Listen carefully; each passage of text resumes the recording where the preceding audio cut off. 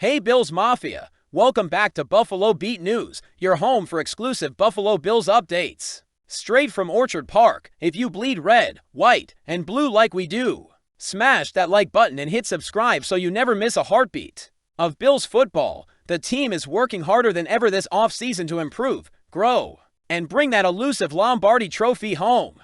But with growth comes bumps in the road, and today we've got some big ones from James Cook's cryptic contract standoff to our first-round pick, Maxwell Hairston, going down with a concerning injury. This is one of those weeks that test the depth, character, and grit of this Bills squad. So buckle up, let's dive in. Let's start with the headliner, James Cook. Sunday's mandatory practice saw no for on the sideline, helmet off, no pads. Just him, a stationary bike, and 3 carefully chosen words to the media. Oh, nothing. Business. That's it. That's the message, and if you've been paying attention to the offseason, you know exactly what he means. Cook, who's entering the final year of his rookie deal, wants to be paid like one of the league's top running backs, and honestly, the numbers back him up. 2 straight 1,000-yard seasons, tied for the league lead last year with 16 rushing touchdowns. Over 2,600 rushing yards since being drafted in 2022. He's been the heartbeat of the Bills' backfield. And now, he wants to be paid accordingly, but the team, silence, no comment from Sean McDermott. No movement from Brandon Beane, nothing public to reassure fans. This is the first time James Cook has skipped practice since requesting that extension earlier this offseason. He was there for the minicamp, he showed up for the first 8 days of training camp, but now, he's drawing the line. It's classic negotiation strategy, show up, avoid fines but don't risk injury. Make it clear that you're serious without being confrontational. Cook's one-word response to whether he'll suit up for Monday's practice. Once again, business. So what happens next? The truth is, Buffalo's got a history of rewarding homegrown talent when it makes sense for the cap. Khalil Shakir, Terrell Bernard, and Christian Benford have all recently inked extensions. But Cook, still waiting, and he's watching his peers, like Breece Hall and Kenneth Walker, potentially set the market. GM Brandon Beane hinted at the complexity of these negotiations when camp opened. Sometimes you just can't get on the same page. We've lost guys we loved before. But I'm hopeful when we're back here next year, James is still a Buffalo Bill.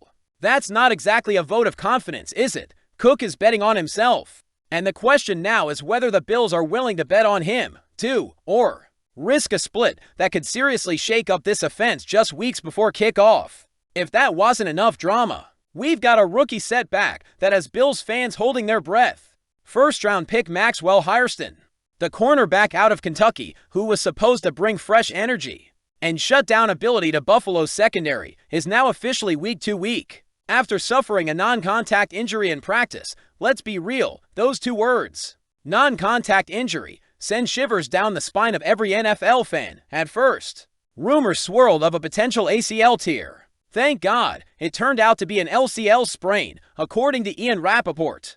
But head coach Sean McDermott didn't sugarcoat the situation when speaking to the press. His exact words, "It's going to take some time. He's going to be behind when he comes back." MC Dermott even compared the situation to Cole Bishop's injury last year. Different body part, same problem, missing valuable camp reps that rookies desperately need. And if you remember, Bishop didn't see significant playing time until week 5. That's not ideal for a first-round pick expected to contribute immediately. Let's not forget what happened the last time our defense got thin at cornerback. Kansas City playoff game. The front office made Hairston their guy for a reason. But now, the timeline is murky, and the position gets that much more fragile. Shout out to Brandon Beane, because his off-season insurance policy might already be paying off. Veteran CB Tre'Davious White is back on a 1-year deal, and early signs from camp are encouraging. The former All-Pro looks healthy, motivated, and ready to contribute. After bouncing around with the Rams and Ravens last year, he's back where he belongs, still. This isn't ideal. Losing Hairston, even temporarily, robs the Bills of youth and speed. And it delays the development of a guy who's expected to be a foundational piece in the secondary. Defensive coordinator Bobby Babich made it clear just how crucial these reps are. When he recently talked about Cole Bishop's growth, he didn't play in training camp last year. Those were valuable reps. Translation: Hairston's going to be behind the curve. And cornerback is one of the hardest positions to learn in the NFL. second only to quarterback. So now what? It's going to take a full team effort.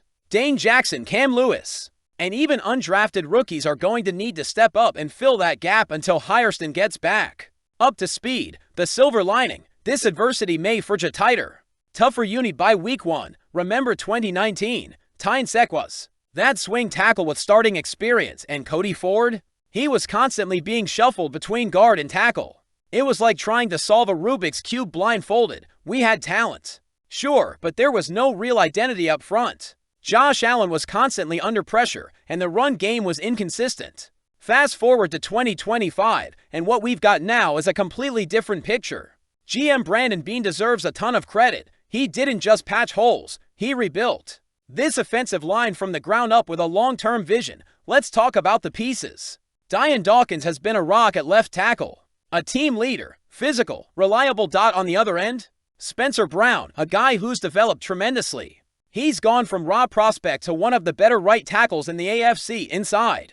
You've got Connor McGovern, who was brought in as a guard but showed everyone he can play center, and at a very high level. O'Cyrus Torrence, that massive road grader from the draft, he's locked down a guard spot and brings a nasty streak every single snap. And don't forget David Edwards, a veteran presence who has started in big games and adds serious flexibility. Folks, this is not just a good line. This is a top 3 offensive line in the NFL, according to Pro Football Focus. Let that sink in now. Sports Illustrated's Albert Breer recently threw a little shade, or let's say cautious critique, about the depth on the Bills' O-line. He basically said, the offensive line returns pretty much everyone, backups included.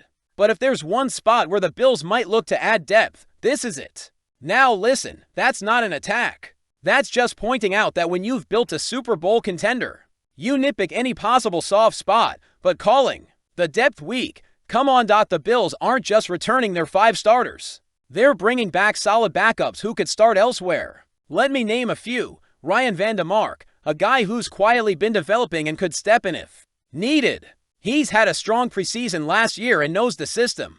Alec Anderson, another versatile lineman who's gained the trust of the coaching staff. Solid technique, good footwork, dependable. Cedric Van Prangranger, remember that name. The second-year center, guard hybrid from Georgia is the future at center.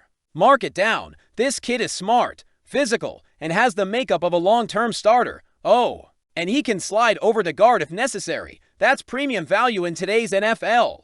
And don't sleep on Tylan Grable, the rookie tackle from the 2024 draft. The staff loves him. He's raw, but athletic as hell, and could develop into a quality swing tackle. Here's the truth, Mafia. No team in the NFL has 5 backups who are starter-level talents.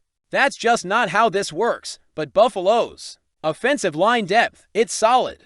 Maybe even better than solid. Of course, if you lose a Dion Dawkins or Spencer Brown, there's going to be a drop-off. That's reality.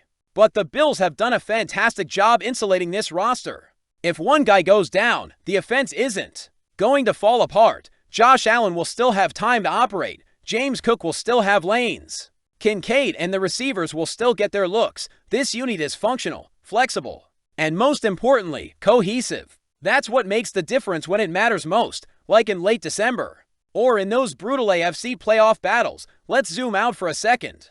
The Bills are gunning for a Super Bowl, no question, and one of the biggest reasons for optimism this season isn't just Josh Allen, or Keon Coleman, or that loaded defense. It's the offensive line. This group doesn't just protect the quarterback, it sets the tone. It controls the tempo. It gives Ken Dorsey or Joe Brady, whoever's dialing up plays, the flexibility to run whatever they want. Because the protection is there. In short, the offensive line is a strength, full stop. And it's time they get their flowers. So, here we are, one weekend in August, and already the pressure is mounting in Buffalo. James Cook is making a statement without raising his voice. Maxwell Hairston's rehab timeline is unclear, and the cornerback room just got a lot thinner. But if there's one thing we've learned over the years, it's that the Bills don't fold, they fight. Every season has its trials, and this one is no different, but adversity breeds resilience, and the path to the Super Bowl, it's never smooth. Now, I want to hear from you, Bills Mafia. Should Brandon Beane pay James Cook top dollar? Can the Bills weather the storm while Hairston heals? Who do you want to see step up on defense? Drop your thoughts in the comments below. We're reading everyone, and don't forget to like this video, subscribe to the channel, and hit that notification bell so you stay locked in with the latest out of Bills camp.